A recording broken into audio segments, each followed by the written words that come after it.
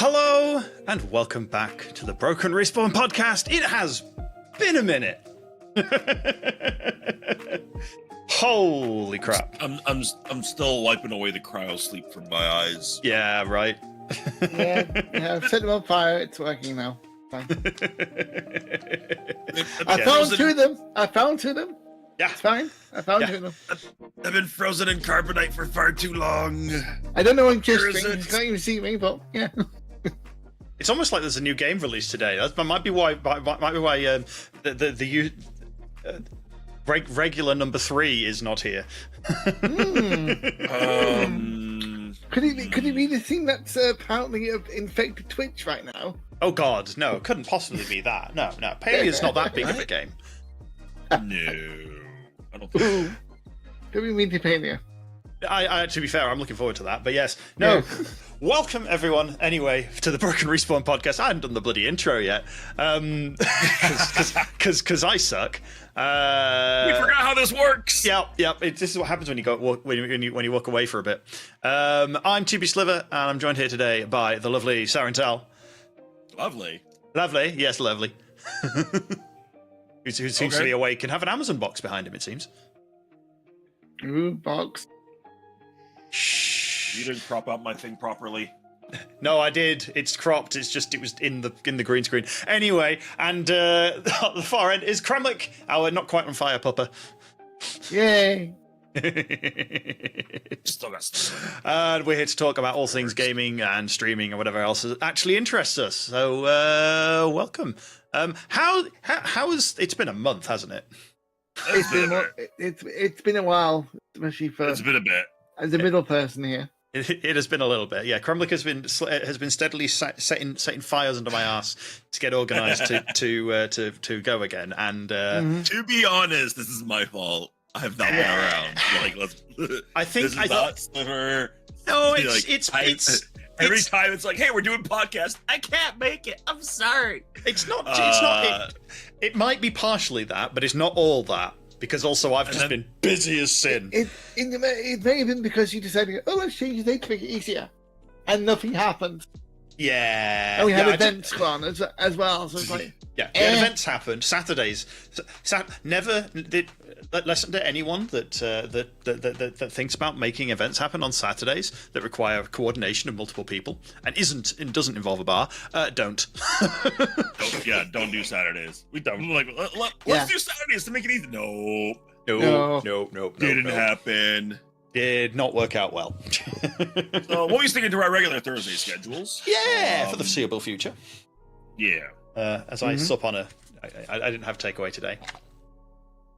And I didn't just wake up and chug in a Rockstar. Yeah. I didn't just pause the 9.5 hour download. Oh God, yes. Yes. Yes, let us address the elephant in the room. Kremlik's internet sucks. Oh, we're talking about that elephant. Okay. Yeah, that one in particular. How's your Dumbo doing? Yeah, don't even laugh. Yeah. Yeah, because I think of all of us here, I've got the fastest internet here. So. Yeah. You've got basically gigabit. I've got 50 megabit, and Kremlik has got a pigeon on a string. Yeah. So when the game release comes out and says, "Oh, it's 120 extra download." Yeah. Let's talk about the game itself, Baldur's Gate 3, before we actually skirt around the thing. Yeah. For those who didn't know, this has been in early access forever, for about a year and a half, I think. Year and a half? Is it? I remember seeing Co play it. It must have been more than a year ago. It's been a while. Yeah, it's been a while. Essentially, Lambia decided to tweet out to everybody, "Oh yeah, the early access. Delete that, and delete your saves, and delete any add-ons because you're gonna have to re-download it. It's 123 gigabytes, and there's no preload. Enjoy." I thought there was a preload, but holy crap! No preload. It went live for download at 4 PM British time. So yeah, like I said, and I said it's 9.5 hours download for me. Yeah, that's 9.5 hours since 4 PM. That's. So I've still got another 5.5 to go. Ouch. That's a. You should have just got a ticket and gone and visit Caedes. It would have been quicker. But Caedes is busy right now, isn't he? Because he's playing the game. Yeah, he's playing it. It took him half an hour. You know what? If you'd gone and visit Caedes, you would have actually been able to get him on the podcast. Yeah, true. Yeah, Kremlik, why didn't you go and get no way? You're supposed My to job is to organize stuff and not. I'm not that good at cat. Exactly, your job is to organize stuff. This would have been a perfect way to organize it. Dear. Essentially, as people look at Twitch right now, everybody is playing it. Oh yeah, and it doesn't shock me, considering it's been a good while since the last Baldur's Gate game. I'm gonna have to check the release date of Baldur's Gate 2. Yeah, I mean, when we say it's a lot, it's like I opened up my I need to use the correct amounts. I opened up my my Twitch. And that's what I was presented with in my For You list, which is 3, 4, 5, 6, 7, 8, 9, 10, 11 people playing Baldur's Gate 3 out of the 12 there. To put it into perspective, Baldur's Gate 2 Shadows of Arm was released September 2000. So it's been 23 years. Really? Last game. I mean, hey, and I can't even say anything like because I haven't played any of the Baldur's Gate series. So well, lucky for you, Baldur's Gate 3 is a completely separate game to that universe is just set in Baldur's Gate. Oh yeah, I know. It's just like I definitely is a game I want to play. It's just I'm waiting right now to get back to work full swing before I pick up anything that's not price tag of 0. Yeah. It's Lumbia have said that 1 playthrough you will not be able to do anything. 2 playthroughs you won't be able to find everything. 3 playthroughs, you're getting there. It will take multiple playthroughs to 100% it. Find everything. Even then they're saying you can't find everything. So. That is quite something. I mean, then again, that's the point of the game. I mean, it's been 20 years, and it's not like it's been 20 years and they've not done anything. It's been 20 years and they've been working on it, like the design and everything. I mean, think of how much work and design goes into an RPG at this level. Not really, because Lumbia aren't the original developers. The original developers were Black Iron Studios, which unfortunately under a while back. Lumbia actually. We're actually creating Divinity. Just finished Divinity 1 and went to West of the Coast to pitch the game, and then they got turned down after a year and a half of negotiation. Fair. They were halfway through Divinity Original Sin 2 when they got a phone call of Wizards going, "You know that Baldur's Gate 3 idea you had? Do you fancy doing it?" And that's how it came out. So around the time Divinity Original Sin 2 was finishing, they were starting Baldur's Gate 3. So essentially, as long as the game's been in early access a year beforehand, the game has been essentially in development. We've lost the Sliver. Yeah, so we lost Sliver. Okay, bye. So how have you been, Sarin? I've been awake. Little Adika's been growing well, so like a lot of my time has been focused more on her. So like new game developments, upcoming stuff, right? Like what's the big thing happening in games right now? I have no clue. One of the reasons why I'm around right now because a lot has happened. Yeah, like with little Adika, like she's coming up on 4 months now. Oh my goodness. It's really been 4 months. Oh my goodness. But she has some funny quirks to her. Like the other day, she was cooing herself to sleep in the rhythm of the lullaby that I sing to her. Oh, that's lovely. That's very cute. That's far too cute. Which of course me being me is the lullaby from the latest Star Wars game, Jedi Survivor. So if you guys know the lullaby, you know what I'm talking about. Yes. Oh god. Nope, not a clue. At least 2 of us do, yeah. Sliver, do you plan on playing the game? No. Okay. Afterwards, you guys take a look. If you have not heard the lullaby yet, this was actually one of the moments in the game that captivated everyone that played when this lullaby started, when the audio of this lullaby started, everybody stopped touching their controller. Yep. Because they were afraid of triggering something in game. Okay. Right? Which is So very easy to do, yeah. The song is not part of a cutscene. You're walking through the map and the character starts singing the song. Not your character, a character starts singing the song, and you just stop. Like everybody just stopped, and the reactions from a lot of the the player base was just like, "Oh my god, my heart." It's called Ghost Star, so go ahead and look it up when you get a chance. If you've not played the game, there are spoilers. Yeah, but it is like it has been literally. I've listened to it like 1.5 million times, and it's a lullaby I sing for my little girl. Fair. I mean, yeah, I'd love to say I'd get around to playing that game, but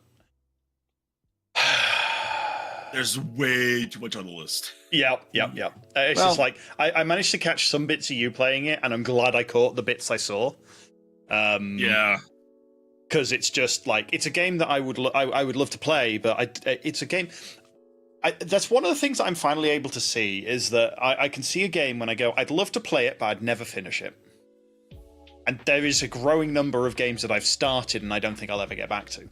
Now, why is that? Yeah. Why do you think you wouldn't be able to finish it? I mean, because the game itself is not that long. If you like, unlike me, where I'm like, hey, let's go into the hardest difficulty and get everything done, right? If you just want the story, the problem is. So the problem is actually it's nothing to do with the game itself. It's to do with timing. And the timing is that I didn't play it when it came out, and there's too many other things that have come out since. It's literally that for me. There's just so much coming out. There's just like, I mean, I've just accepted a key from for a sponsorship. Ooh. Which is for a little game that I'm going to be looking at within the next 2 weeks. Called Koa and the Five Pirates of Mara. It's a little looks like a little collectathon game, little indie game, which screams Hat in Time style at me. In terms of graphics and a little bit of the cuteness of it. It was one of the ones. That's interesting. I may have to go looking to see if a certain other stream has it as well. Oh, I can probably guess who you're wondering about. And I've clicked. I've accepted it, and I'm going to be looking at it within the next 2 weeks. I might actually look at it instead of a Stray speedrun. I'm debating, but I will at least be looking at it next Friday, maybe this Friday. Speaking of Stray, haven't you broken a few records recently? Personal ones, yes. Yes. Broken every records, have I? No, wait, no, yes. Speaking of breaking a record, I'm seeing that you also broke the 500 mark on Twitch. I honestly, I think I broke the 500 mark on Twitch like 5 times. Because 7. Was it 7 times? I wasn't actually paying too much attention. So many people were just like following because they were the 500th one to see if I did anything. Probably they'd all missed out because someone else did it already. But no, someone else did the 500th thing, and I went, yay, 500! Thank you very much, and thank you for all the support, and blah blah blah. And it's like, oh yeah, where'd they go? Oh yeah, the 500th. Thank you. And it just missed because obviously I've changed my goal now to 600 because screw it.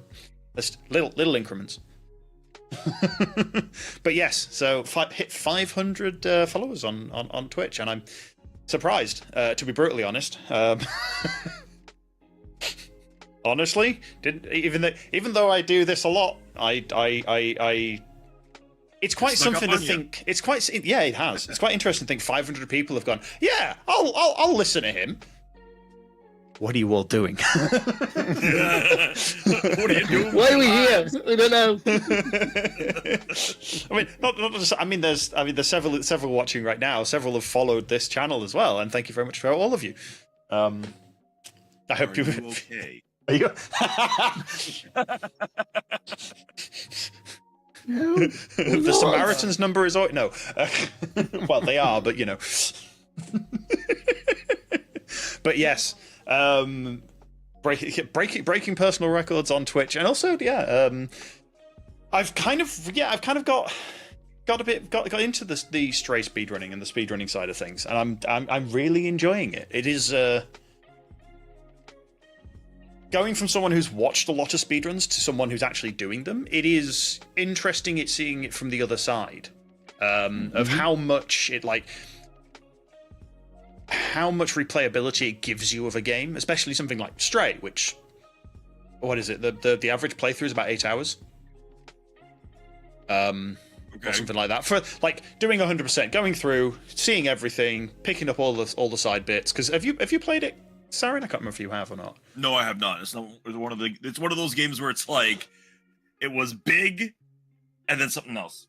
Yeah, but it's about it is a fun little game. It is about 8 hours to get through and get and probably up to about 10 hours to get all the collectibles and stuff that are in there to see all the things. So with a game like that, you don't think there's going to be that much replayability. In the last couple of weeks, I've put on like 30 hours to that game. Like I'm up to, I am actually at 30 hours. So I've put on about 12 odd hours just speedrunning it now. And considering that's the 6 hours meowing as well. That's I haven't done that quest yet. There is a quest for sleeping for an hour in game. Yeah, I haven't done that quest yet. I need to do that. I'm upset that my Force Tears didn't register as an achievement for Jedi Survivor, because I've got 80 hours into that game and I've completed everything so far on the Grandmaster difficulty. So yeah. I've had a similar experience with Final Fantasy 16. I'm wondering if I'm missing one, or if I might have to go and start traveling to each one of them and make sure that they're actually done. Yeah. I wonder if one didn't save. I just hope it's not one of the harder ones. Yeah, those last couple I saw you doing were just absolutely horrendous. But yeah, the last one wasn't that bad. The last one, it was just, I had to just unprogram my my combat style from the actual hard ones that I did. Yeah. Right, because I was really falling into the pattern of the ones that I did with the toads, and it's just like, okay, no, this is not the toads. This is 3 different enemies. They're a lot easier to dodge. They don't have those one-hit mechanics, right? And once I started, okay, doing these simpler movements, I started doing better. That's good, right? But yeah, the toads and the rancors, like the toads were by far the hardest fight. Like even the rancors weren't as bad as the toad ones, because it's just the hitboxes on those were weird. Yeah, no, as I say, I saw those. I was like, yeah, this very, I don't know, I want to say Elden Ring for the, like, because it's that style of fighting of, if you make a mistake, it's your fault. You're taking this to the face. You've muted. Your mic stopped? Excuse this technical interruption as Sarin screams at his microphone. But yes. What were we on about? So with the speedrunning, obviously it's I went down to I can now complete the game in any percent, which is as quick as possible through the whole game, glitchless, because there are glitches in the game as well that you can use. I am under 1.5 hours for the whole game, which is quite something. And I'm currently doing individual level practice to figure out the best routes for each bit. That I think at the moment, if I add up all my best times with all of those substituted in with a bit of leeway, I'm under 1 hour 25 right now. Yay. Which is quite a lot, quite fast. Like the world record is 1 hour 15. When you first started, the goal was to get 1.5, which you achieved now. So now it's just climbing the board. Yeah. I mean, if I get it, I know for a fact, if I get it under 1 hour 25, that's top 100 and I will I will be happy with that. Mhm. I will probably stop playing it for a bit. There we go. Oh, okay. I'm the connection on my USB for my Yeti is a little weird. That's fair. That's fair. I knocked it out of position. Anyway, as I was saying, so in regards, so unlike Baldur's Gate, where you make a mistake, or not Baldur's Gate, Elden Ring. Elden Ring. Oh, so Well, you make a mistake and it's your fault. The hit boxes on that particular fight were way off. Okay. Because you would literally jump over a move, right? So like the tongue attack in it, like it would lash out with its tongue. I'd be over it and I'd still get captured. Mm-hmm. Okay. Right? So its hitbox was a lot bigger than it needed to be. And this is actually another thing that I wanted to actually talk about in the podcast is if you have a game series, why remove a very simple mechanic that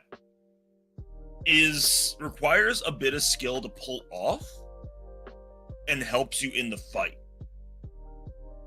So, in the first game, Jedi Fallen Order, when you fought those frog dudes, when they did their tongue lash ability, you'd be able to force pull their tongue, hold it in place, and cut it off, removing that ability from them.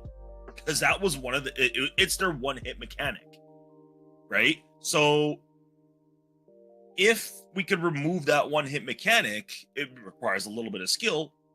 In the first game, why did you take that mechanic out for the second game? Yeah, that's kind of interesting because, I mean, it's not an easy fight.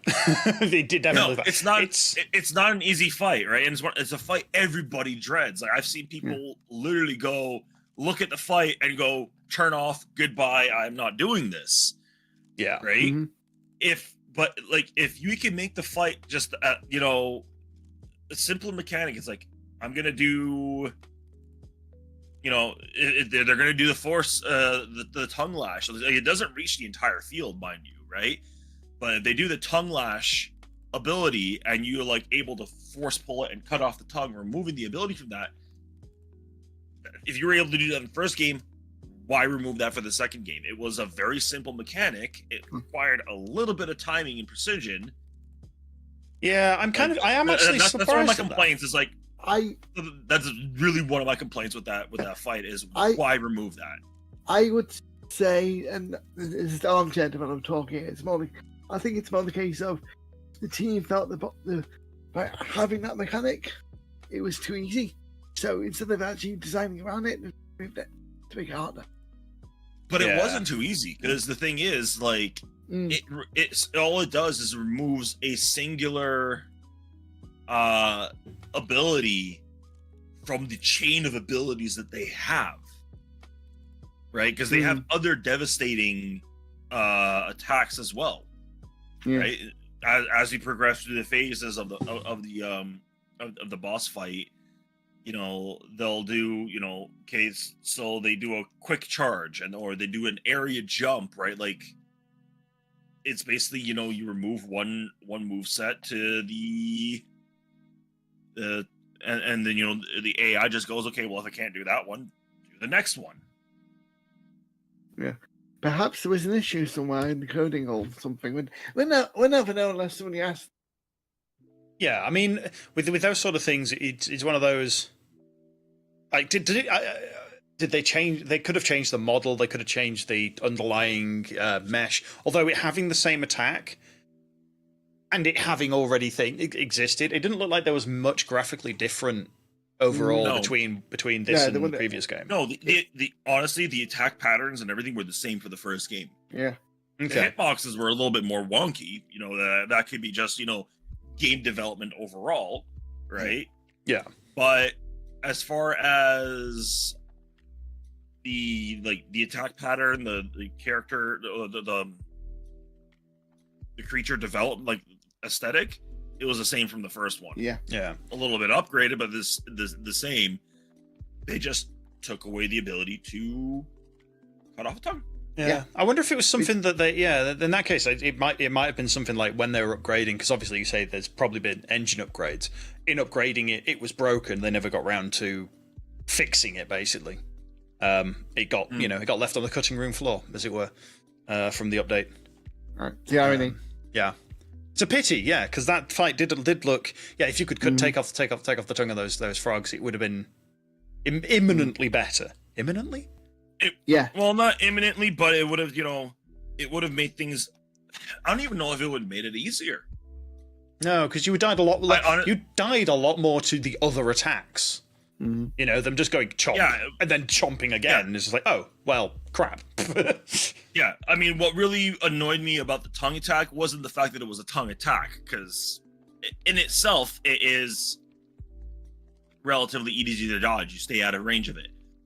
What annoyed me was its hitbox range. It was way too big. Right. Yeah. That's what really got me with that one, was just the hitbox was hitbox was weird. Hitboxes in spectacle fighters are generally like that. Now the other thing is that could the hitbox be attributed to the to my RAM choking on itself? Oh yeah. Well, yes. I mean, your stuttering issue you got, wasn't it? It was an update, wasn't it? So it was an update that pushed an extra 4 gigs of RAM usage. I don't know how that worked, but before the update, my game used about 14 gigs of RAM. After the update, it was using 18. Which I found out after, I slotted in the extra RAM into my computer, and it's like, oh, it's using 18. But yeah. Was that BIOS setting, or it just decided to eat an extra? It'll be the game. It was literally after the patch. I think it was 6.5. Either patch 6.5 or patch 6. Yeah, they'll have done something that changed the memory usage of it. No, that would have been patch 6.5, because that was around July 18th that it started. I would actually not be surprised if it goes back down again and they just accidentally left some debugging stuff in. Like that, I've seen that happen before, where developers leave some debug in and it makes it slower because it uses more RAM and does more logging. It's just it's doing more. It's got to take longer, so it's just using more memory because it's trying to track something else. I don't know. It's kind of weird, because you'd think obviously that would all be in. I mean, yeah. That's done. So the next space game I'm waiting for is Starfield. Oh yes, and that's out in just over a month. Just over a month, yeah. It's a month away. Hence the reason why Baldur's Gate got moved forward. Yeah, which was a bloody good. That was a bloody good plan on their behalf. Because if I tell you what, if you put Baldur's Gate next to Starfield, well, I've got 2 computers, but you don't have an extra set of hands to play. No, I do not. I'll play one with my feet. No. So yeah, no, that's on the 6th next month. Sliver goes from speedrun challenges to dual play challenges. Yeah. I mean. And all of a sudden buys himself the Microsoft, custom remote build thing. Oh, I don't. I'm tempted by those in general, just because you can do so much fun with those. Oh yeah, right. Like, I mean, they're the sort of thing like a streamer that me and Krem watch on occasion, Nico Hart, will have used and will have something similar. Because oh my god, he's currently played Elden Ring with a camera controller. Yeah, and bear in mind this is in his first playthrough Elden Ring using a camera. Yeah, so this is not just a camera controller in like a Kinect. No, this is a Canon DSLR, which has been modified to take the gyroscope to use the gyroscope and tilt and all the buttons on the actual on the camera itself to play the game. So he's there, like his left click is the trigger button. On. Yeah. If I remember correctly, it took him 6 months to design and build. Yeah, and he actually had help from I think it's Magic Lantern, which is the third-party unofficial firmware for Canon cameras to actually do that, to make it work. So it's very interesting watching him play it. Like he is, it's literally like, you know, on most DSLRs and stuff like that, they have an up, down, left, right. They have a little wheel. They have a couple of other buttons around, and it's just all those, and then the gyro as well for actual camera movement, which is just that's insane. A brilliant idea. Yeah, it's absolutely crazy. Thank you. Hard pass. Yeah. Well, to be fair, if we ever did have the magical moment where we could get Nico on the podcast, it'll have to be a 3-hour podcast. Just it would have to. Sliver to start talking. Oh no, that would be amazing. That wouldn't be a live podcast. That would have to be a pre-record. That would be a recorded one, and then to split up into segments or something. Part 16, and now talking about the lights. Yeah, I mean, I'd love to, like, he's played. He's done things like I was going to say Final Fantasy. It's not Final Fantasy. Resident Evil played on a DJ deck. Yeah, he generally does Alien Isolation on the deck. Yeah, normally. So it's like turning is on one wheel, looking up and down is on the slider, shooting is Q, stuff like that, and it works. It's very fun watching him do that. I think actually, movement is on. It's like forward and backwards is on a wheel. Is on one of the actual pad emulators. Yeah, the turntables. Thank you. And then he's looking up and down is on the sliders for it, and it's just like, yeah, it's impressive how he's done it and how he remembers to. You're just watching him, and he's just like, you could just put him in front of like an audience of a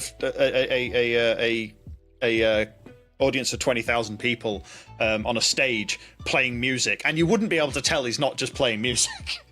It's like, what?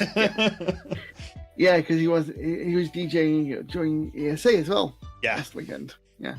Which raised how much? It was over 60,000. I can't remember the exact number. Oh, 60. I think it was over 60,000. Hang on, let me go check. Twitter.com/ESA Marathon. I think it's the CSA Marathon. And they raised 100,000. Wow. That's sodding impressive. Well done to the ESA people. Yeah, organisers and everything. That was between Ring Fit activities, Lego building, and Chaos of the Final Fantasy 14 $20 cent thing. Yeah, which is insane. Yeah, so they had they had an incentive where for every $25 donated during that run, I just got a message. They would extend the run by an hour. I think it was an hour. Brainsall got distracted. No. Okay, was it an hour or 25 minutes or something like that? No, you're thinking of something different. The 14 one was for every $20, the audience get to pitch commands like, "Hey, have it in first person mode. Have your keyboard upside down." There we go.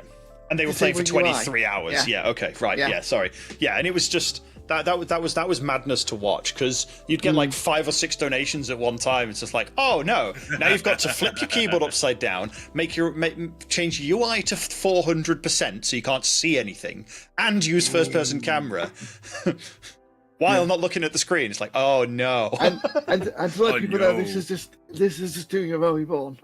This wasn't any expansion. It was just the base game. This is just base game, like new character, nothing special. Playing right now. Which is what I'm. Yeah, sure. I need to get back to it.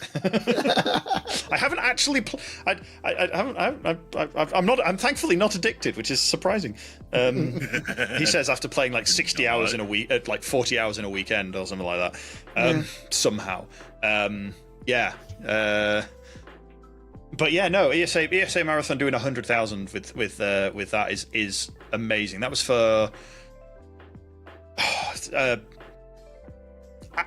Alzheimer's Fonden. I think I need to believe that. Alzheimer's Fonden, which is a Alzheimer's research group in Europe, to trying to find either the cure. I think it's a cure. I can't remember if they're after a cure or for at least better care and stuff for it. I can't remember exactly It's for a good cause. There we go. It's for a good cause. Yeah. And that was all over in Sweden. So it was it was fun to watch. Similar to like GDQ, but GDQ being done over in America. So Argic, Hoods, and Nico Hart were all there. It was.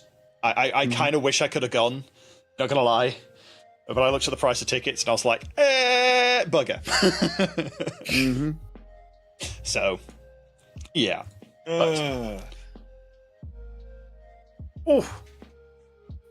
Stretch.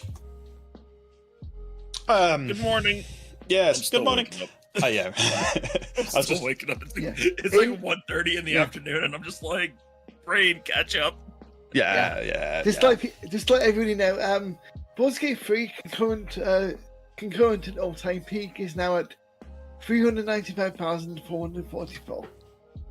That is a lot of people. Yeah. Is it only released? A lot of people. Is it only released on Steam? It's Steam and PS5 currently. Okay. Interesting. They're working on an Xbox version, but again, they're having issues with the system because they have to make a parity to the Series S, which again, weaker system. So we can do that. Yeah. I was going to say something else after saying ESA, and I've forgotten what it was. Brain. Well, I think I just heard the door. The brain cell left. Yep. Yeah. The brain cell's like, I can't deal with this. I'm gone. I didn't know. No, too much thinking. Well, I could talk about what happened last weekend. No, I've remembered what it was now, which was one thing because we touched on Final Fantasy 14, and we're currently doing a playthrough with the community of playing through A Realm Reborn, because that's the first bit, and I don't think anyone's got out of it yet because it's like what 20 the people that finished it. Yeah. There's like, so I decided. I'll be honest. I decided that we're good. That we're going to do an event where we play through Final Fantasy 14 because why not? And it turns out there's a lot of people that are either played, have played it to absolute death, or never played it before. I've never played it before. Yep. Yeah, and Sarin's keeping it that way. Not by choice. No. Really, not my choice. I'm surprised I even made it here today. That's fair. Last was it last weekend? Yeah, last weekend. Last weekend. FanFest happened. Yeah. For 14. Which is the big community, conference they do once a year or something like that. Once every major update or something. It's basically split it into three regions: one for Europe, one for US, and one for Japan. Right. We just had the US one in Las Vegas. Yeah. The next expansion was in that, and I can't remember which thing off the top of my head, so I'm quickly trying to type this in. Like wasn't that also like the weekend we were like, oh yeah, we should do a Saturday stream, and that didn't. No, that was the weekend before. Oh, weekend before. That was the weekend before. Yeah, this is the other problem. Lost. You're lost. I'm lost. We're all lost. But yeah, so there was literally I think 10 of us in the voice chat at one point over the weekend, just all going, all right, yeah, I've got a dungeon, and suddenly everyone appears on top of them. It's like, okay, we're just going to go beat up the first 3 bosses with people that are well over leveled. Well then, the expense called Dawn Trail. I found it now. I remember the name. It's called Dawn Trail. Okay. And it's the previous expansion. Yeah. Sorry. Because the previous one was Endwalker, wasn't Endwalker, yeah. Endwalker. Yeah. Yeah. This expansion, the first expansion past the ending of the Headland and Zodiac arc. This is the first storyline after the main storyline. Oh, so this is the first the first new bit that they didn't start writing back when they started the game 10 years ago? Well, technically they didn't start writing it, but again... they had the idea. They'll have had the notes for like where they wanted to go. Yeah. Shadowbringers and Endwalker all one arc. This is the beginning of the new storyline. Yeah, and then the again, because there's free fan fest next on in London. They're very sparse in the details. All we know it's the name. We see the trailer. We have confirmation of the 2 new jobs, 1 range DPS, 1 melee DPS, and new content. That's all we know so far. So yeah. And also 7.0 is the graphical update of the game since the start. So it has a major graphical overhaul.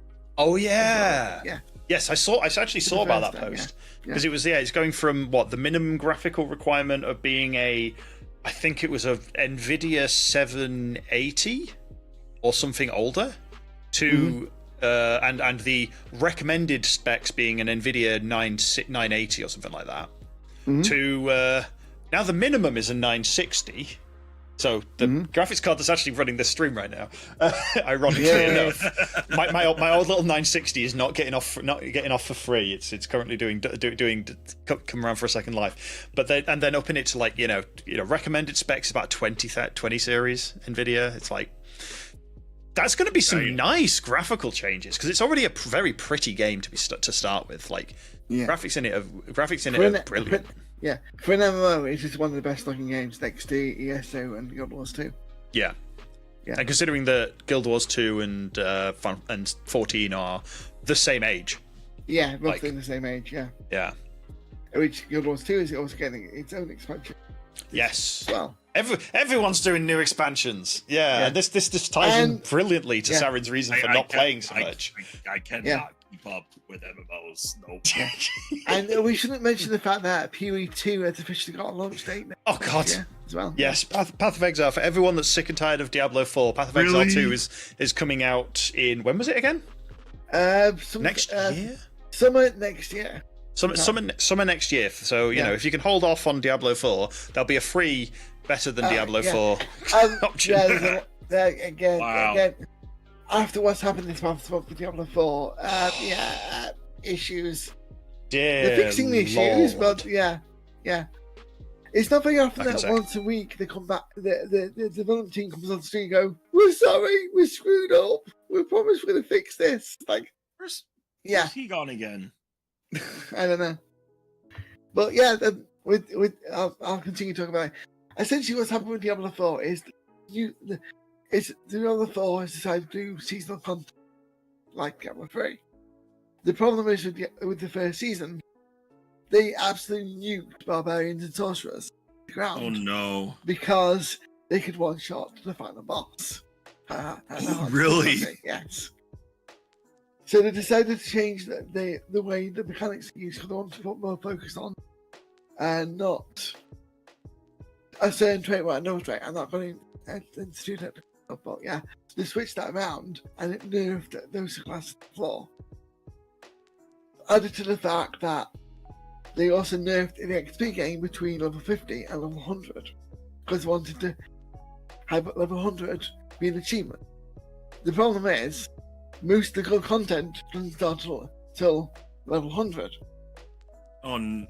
So you got you have a 12-hour grind to get. Yeah, and that's a lot of thing that deters me from some MMOs and certain gameplays. Is I do not want to grind for hours to make progress. Yeah. Right? I want progress to be smooth and linear. Like, grinding should only be, for side things. Yeah, we can still hear you, Sliver.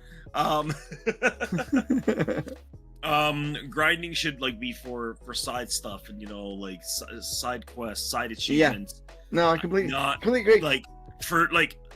What was and honestly, that's what I can't do MMOs because I'm sitting there for an hour. All right, go kill 10 of these guys. Cool, you did that. Go kill 20 more. You couldn't have told me just to kill 30 right off the bat. No. As the ARG player, because I play Perfect Standard Diablo kind of a lot. Even with Diablo 4, it's kind of it's fair enough to have the grind, but the build variant isn't that deep, and plus all you're doing is harder level dungeon. No, it's a small dungeon that people are just farming over and over again. So it's like for 50 levels to get to that cap, to go on to the hard level to get to the Pentecost. That is just too long, even for an hardcore player, because it's just you're not doing much. There's no variance in combat. There's no interesting things. So it's like you're not playing a game anymore. You're just working to get to somewhere, and that's what pisses people off. I mean, at least if there was a variance in combat, like that would be a thing, right? If the dungeons were like procedurally generated or randomized each time you went in, right? Which they are. Yeah, that's the thing. They are. They are. Yeah. I don't know because I don't play it. No, generally with the RPGs, they're generally randomized. The thing is with Diablo 4, it's not all of that, but all the dungeons are randomized. The problem is there's very little enemy variant or skill variant in the game. Oh, and that's the thing, right? It's like if you can't just randomize the map. You have to be able to randomize, the type of enemies you're going in against. The placements and just. Right now, I've gotten to the point of time in my gaming career where it's just like, give me a simple story, let me play through it. I'll do it on the hardest difficulty, right? I'll enjoy it and continue, Which is one of the reasons why a lot of people are got a wolf fatigue, because people don't want a life game anymore. They just want a nice experience. But if I'm sitting there beating my head against the wall for an hour, I don't want to have to do it again, literally the next 3 seconds afterwards. Yeah. Yeah, because that's all the grind is sometimes.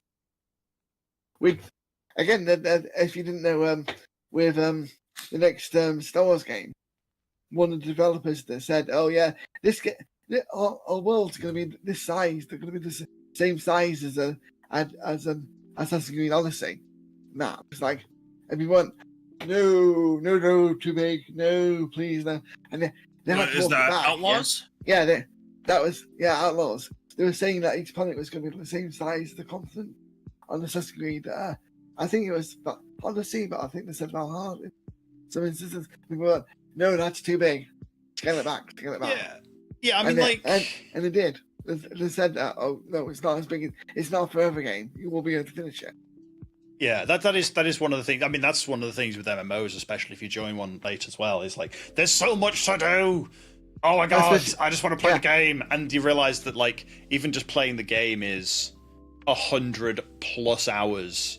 Yeah, which is the one. I mean, to be honest, I put 80 hours into Jedi Survivor. Yeah, but you look at Jedi Survivor and you think it's probably. I look at Jedi Survivor and think probably a 20-hour playthrough.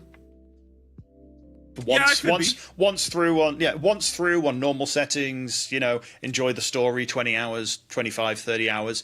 But, when you look at like once through normal settings playthrough and it's 100, 200 hours and you're like, I've actually got to think and schedule my time around this for being able to play it. Well, this is the reason why a lot of people are going to probably play Baldur's Gate 3 once to get one playthrough and not touch it for a while. Yeah. Because it is one of those type of games. Same, for example, Persona 5, I finished the campaign of that. This is the base Persona, not the Royale. And it took me 90 hours just to do the story. Wow. And yes, that's a JRPG, but again, that's now average time for most RPGs. It's like, yes, this is why people only want to buy one game a year now, because that game will feed them the entire year, as long as it's interesting. Yeah. I mean, that's the thing as well. Like you see right now as well.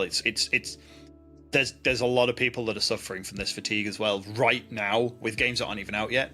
Baldur's Gate 3, that is a 100-hour game easy.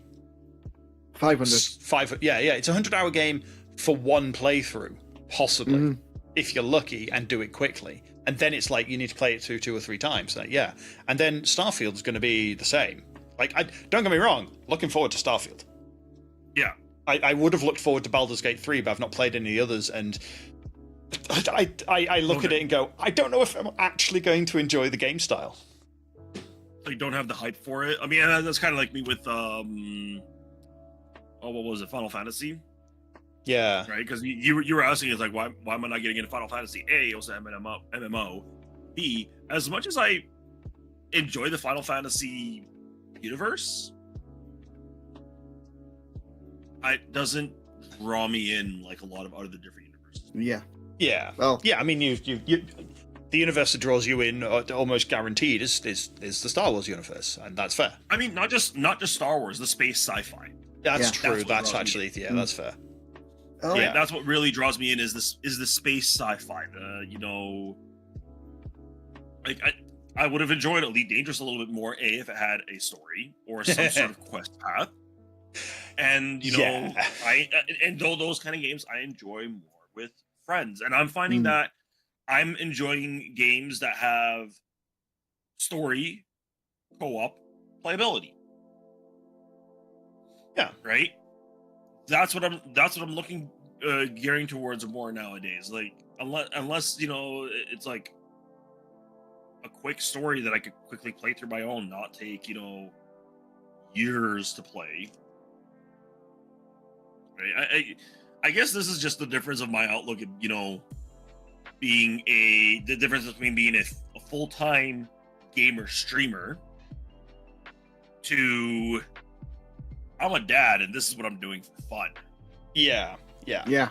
Wait, and that's definitely a thing there. Like, obviously, if we were doing this as a job, you'd probably have got round to playing at least a Final Fantasy properly, because I probably would have played all the Final Fantasies, all the Resident Evils. I would have played all the big title games. Yeah, because that's what a lot of people like either expect, well, not expect, but a lot of what's done a lot by variety streamers like you and I. We play pretty much everything as soon as it comes off the shelf, if we're even remotely interested. Yeah. Whereas, hey, the difference, like, there's a game coming out, $80, but formula is also $80. And the baby needs to eat. The baby needs to eat. Yeah. I mean, the price is not helping these days either. No. Especially again, this is my issue when you release a $70 title, and the game is like, oh yeah, more content's coming later. It's like, well, where's my content now? Oh yeah, you've got this one game mode to play with, like Exo Primal. Oh god, yeah. I've seen that skit. It's fell off the cliff. Yeah. I've seen that skit, and that's another thing that it's like, I pay for the game now, the full game now. What do you mean you're bringing in? It's like buying a puzzle, and you've got a quarter of the edge pieces, but they're not all the same edge. But some of the pieces, no. You buy a puzzle. There's supposed to be 1,000 pieces in the box. There's 200 pieces in the box. Oh no. Some of the pieces are not even cut out properly. Some of the pieces are still just a piece of paper. They haven't been put onto the card form to punch out. Or wait, this piece is still a triangle. This piece doesn't even belong to the picture. Yeah. That is what games are these days. Yeah. I just let people know this is Sony's business model going forward to PlayStation. They still want 10 live service product. It's terrifying. Good luck. Good luck with that. Good luck. Yeah, like, no, it's like I can understand just taking a lot of liberties, and I'm finding that it's gonna come to a point where either the gaming community is gonna get pissed off. Like, I mean, not the general populace of the gaming community. I'm talking about the gaming community that promotes and actively supports a lot of these businesses. So it's going to be a lot of the streamer community, podcast community. Like, everybody's starting to rumble. The rumbling is happening about it. Yeah. But an organized hiatus, that's coming up. Oh yeah, that is inevitable. I mean, like, ironically enough, the one provider that is probably not going to get hit by this anywhere near as much as, say, Sony or Microsoft. Well, Microsoft, even slightly Microsoft, is Steam, because they have pretty much stepped back from the game dev industry, as it were, and they are pretty much exclusively a platform these days. And they can't counter free. They no, they can't count to 3. Team Fortress 2, Portal 2, Half-Life 2. They barely got to episode. They managed to count to 3 once. Episode 3. And that's 0.3. That doesn't count. Yeah. It's like 2.3. It's like I can only count to 4. I can only. Dear. But yeah, no. With the cost of things going on, I mean, I remember. What was it? So, thinking of price of games, the last one that stuck out to me as being very expensive was like 10 years ago, which was Section 8 and Section 8 Prejudice. I think it was Prejudice. Which Section 8 was a great little a great game. I absolutely loved that game. Came out Section 8 Prejudice came out in 2011 and Section 8 came out in nope, that's the same search. Thank you. Section 8 is a housing estate in hang on a minute. Let's get the correct search. Came out in 2009. So that's the sequel came out 2 years later. And it was like you're in a mechanized oversuit, and then you can get into even bigger mechs or a tank or stuff like that, and you're fighting over areas. Basically, you are a member of Section 8, which is a specialized fighting team. The usual. You are the best of the best. Going in and fighting, using all this. It was a great game and had some really, really interesting multiplayer aspects of that I've only recently seen come back out again. And the first game was, if I remember rightly, it was about 45 quid. It's a top tier Xbox 360 title at the time. I was on PlayStation 3 as well. And I looked at that and went, ooh, and then I played like 80 hours of it. And then Section 8 Prejudice came out, and it was like, ooh, more multiplayer, more single player, more everything. And I went out and I paid 60 quid for that game. I remember it now. I've just seen the screenshot. Yeah. There was 8 hours of gameplay for the single player. There was like 20 odd hours in the first one, and the online multiplayer servers died within a month. Yeah. Everyone went back to the original video game. And that was 60 quid, and I was just like, that's over 10 years ago now. 60 quid for a video game. Like, they've tried it before, they're trying it again. But the thing is, it's not just 70 quid for a game. It's 70 quid for a game that microtransactions. Yeah, and I think they did have microtransactions in it as well. Yeah, that's the other thing as well. Microtransactions in them is just like, ouch. I mean, honestly, I miss the days where you buy a game on a disc and it's all there. Yeah, I mean, I can understand. Yeah. Like I can kind of. We are in the era of 0-day patches and release day patches and stuff like that. That is an unfortunate thing because there's still so much holdover from the previous thing of you have to release to Microsoft to get your everything checked out so they can put it on the store. It's like, why is that taking 2 months? You know what? No. The way I see it is the versatility in hardware these days. Mm-hmm. Look at hardware from 15 years ago. Yeah. It wasn't as diverse as hardware is nowadays. Kind of, yes. But right? Like you had your actually no, I think Xbox. It's worse. It was worse back then actually. Is it? Think about how many graphics card manufacturers there are these days. 2. 2.1 two if you're lucky. 2 if you're lucky. 2.5 if you include Intel. There's AMD, there's Nvidia.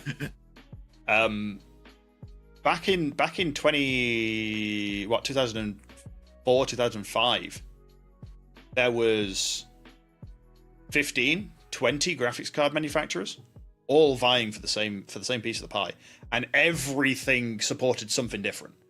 Same with sound cards. No longer, no longer you have sound card issues or video card issues so much because like there's not as many players in the field anymore.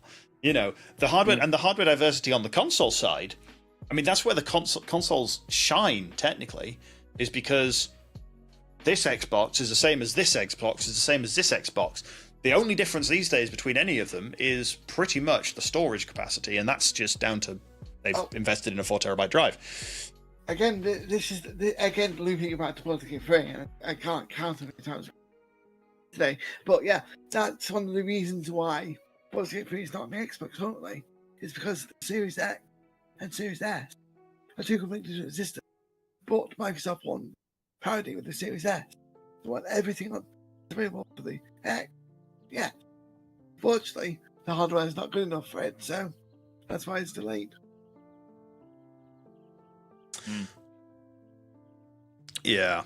I mean, the other thing is as well, like obviously before, when you released a thing gold, think back to NES and SNES and Game Boy and that sort of thing. When you released the game, that was it. You couldn't release a patch. These days you can. And at the beginning, that was a nicety of like, oh, we completely broke this thing and we can now fix it. Great. And then it slowly became relied upon that they were going to do it. And as Aegis and Chat has said, that it's they're now actually planning in the, we'll ship it now and we'll fix it later. And that is something that should be frowned upon.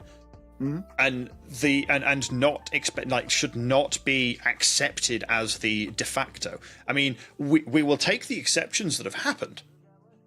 No Man's Sky, the biggest exception to the rule that I will ever let pass, because they released a game that was at the stage that they thought it needed to be, and then the community went, that's not good enough, and that's a different level to Cyberpunk, which released as buggy as sin, which didn't work on PS4, and didn't work on one of the target platforms because of stupidity, and not stupidity on the developers' front, stupidity on the managerial front. We can all guarantee, all agree on that. And they've admitted that. Yeah, and they eventually had to do so many updates so quick and apologize so much. It's like these two should be warnings to a developer. Much like Diablo 4. As you mentioned earlier while you're away, every week is a bit of groveling session because the game doesn't work. But they also have forgotten how to balance a game. Like they've balanced games. Yes, it takes them a while to get going, but what have they not learned from Diablo 3? Have they not learned from Outwatch? Different Overwatch? Team. Is it different team? But it's same. But Again, this is the problem. Did they not leave any documentation behind? No. I mean, what do you have for the legal stuff? This is not like. And this is the other thing, like the sabotage in the developer community. Look at Atlas. Yeah. Oh God. Okay. Don't even. This seems like if you're going to leave a project behind, do not sabotage it for the team that you're leaving it behind to.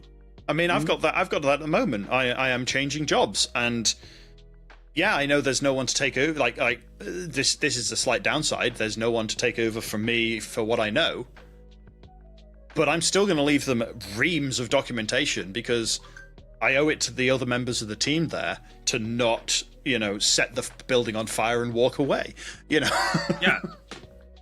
I mean, like, I understand putting in a patch. So the only day zero patch that I will approve of is an anti-piracy patch. Yeah. Take off the turn off. Do the decryption. Turn off the thing that's locking you out from the game. That's an understand. Yeah, that's more of a release mechanism patch. That's the only thing I will accept in a game, so that like for example, I've got Starfield preloaded because it's on the Xbox app. I haven't preloaded it yet. I probably should. You should with your internet. You should. Yeah. The thing is, like, I would go further than that.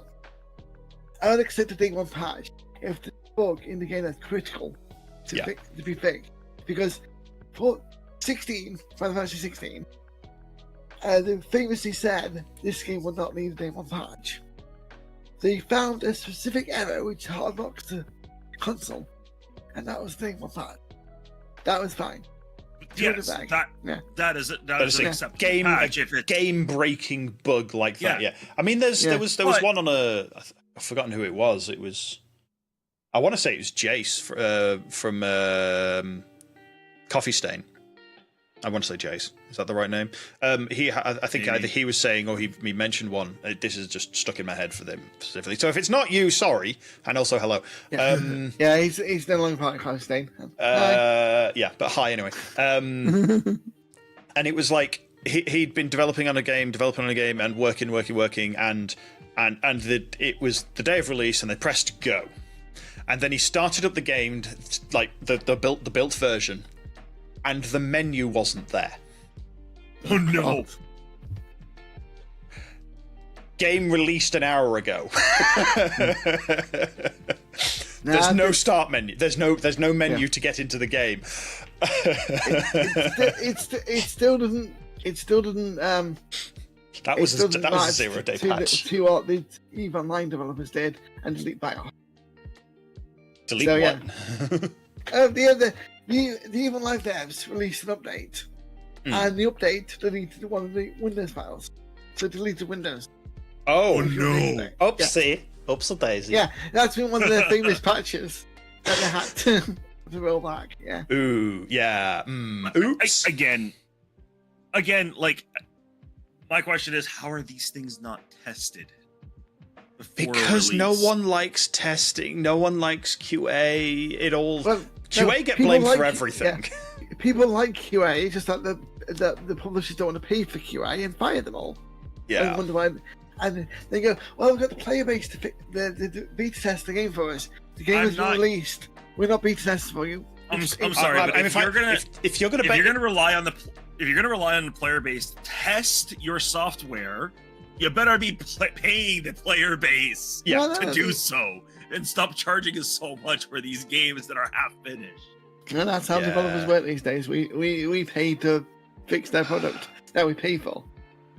Yeah, like I'll let like people who do free games and stuff. Yeah, fine. You're not making any. You're not making any. Well, you are making money somehow because you have to be. But you're not making any money off us buying it. If we report the bugs, then fine. But like. Big games like I can understand not getting every edge case, but holy crap, you put an open world game in front of everyone. You'll find out ways to do quantum entanglement of parts, not looking at anyone. Tears of the Kingdom. Or the Eddie Bethesda title. No. Yeah. They've recently patched that as well. Someone had managed to figure out how to quantumly entangle two items in Tears of the Kingdom, so that you have, you end up gluing one block to another, and then you move them so far apart, like to the other side of the map, and they still move as one. Huh. They patched that, and then half an hour later, they had another bug, another video out saying, and here's how to do it with this patch.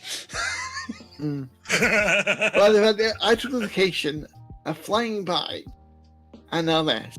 I think Tears of the Kingdom is a good example of a sandbox that people loved playing. It's just like, Nintendo, stop. Like, unless it's actually broken the game, actually broken completely, stop. Don't try and patch out this sort of fun. Nintendo, the only people doing it are the people that like, we're not allowed to talk about Nintendo here. Go for No, we got to. Every single one of the DMCA claims we've had on here has been pretty much Nintendo. Nintendo or Sony TV, I think, because that was the other one on the on the Summer Games Fest, because they put a TV section into the live stream, and then that got DMCA'd hard on everyone's channel. Let me guess, the Twisted Metal. Yes, it was that one. Yeah. I went through and watched. I was like, "How the hell did JP get around it?" Oh, he just cut it out entirely, right? So I had to quickly edit. I literally just cut that out on YouTube, and no one there's just a sudden cut of, "Oh, that was interesting." So yeah. Oh dear. Ah, dear. But we could probably rant on these guys for another hour or so, but I don't think either of us have the time for that. Well, I don't have the brain for that. Don't have the brain for that. And Kate, and I'm out of energy drinks, so I think it's time to call it there. Yep. Yeah, so how long to get to? Yeah. So in that case, who wants to go first? Kremlik. I'm one of the mods to Sliver channel and SarinTal, and I work on background stuff and basically these two in order, plus a Caedes that walked out. I need to do my job better. That's all. Kremlik, the dog that walks us humans. Yes. Soon to be sheep. Soon to be sheep, hopefully. Yes, I need to talk to Lydia about that. I spoke to Lydia. It's been done. Oh, awesome. Well, I'll show you after Sarin. You're up, Sarin. Shout out. You're looking confused. I'm up. Maybe I'm up. I'm awake. All right. So I'm SarinTal. Like Sliver says, I'm a variety streamer. I play various story-based games and multiplayer games. Right now, we're playing through. Just finished Star Wars, so we're playing through Stationeers and Space Engineers. No, not Space Engineers. What are we playing through? You'll play Grounded? Stationeers, Scrap Mechanic. And I'll be continuing my Mass Effect playthrough until Starfield comes out, and then you guys will see me on Sons of the Forest on Friday with Jet and Griff. So I'll see you guys there for that. With the odd Beyblade YouTube release once a month. Ooh. When I actually am able to stream it, because last time outside I was not able to bring a good enough rig out there to stream it. Hopefully I could get it from the other fellow streamer off of TikTok, so stay tuned for that. Keep your eye on my channel there. Sliver. Yeah. And I'm TBSliver. I'm another variety streamer. And I stream, at the moment, mostly platformers. I'm speedrunning Stray on Tuesdays. We're doing multiplayer madness and shenanigans with Sarin and Caedes when he's around, and Kremlik and everyone else who's around. At the moment, we're doing Stationeers, trying not to get blown into space, or trying to get blown into space. I'm not entirely sure anymore. And on Friday... Dust storms. Yeah, well, yeah, don't get... Jeez, that was horrendous last night. This Friday, I'm doing Final Fantasy 14 with the community, I think, unless we decide to do... I could actually look at Koa then, but I'll debate. Probably Final Fantasy 14, if not Koa. And then, so Tuesday, Wednesday, Friday, 8 PM UK time. Over on TBSliver on Twitch. So, yeah, I can't use that mouse. I can't press that button. Mouse, come here. Where are you? Ah! My mouse has gone to sleep. There we go. I hooked everything up for Caedes to be here, and I can't press the two buttons that I've got here for auto switching. Dag nabbit.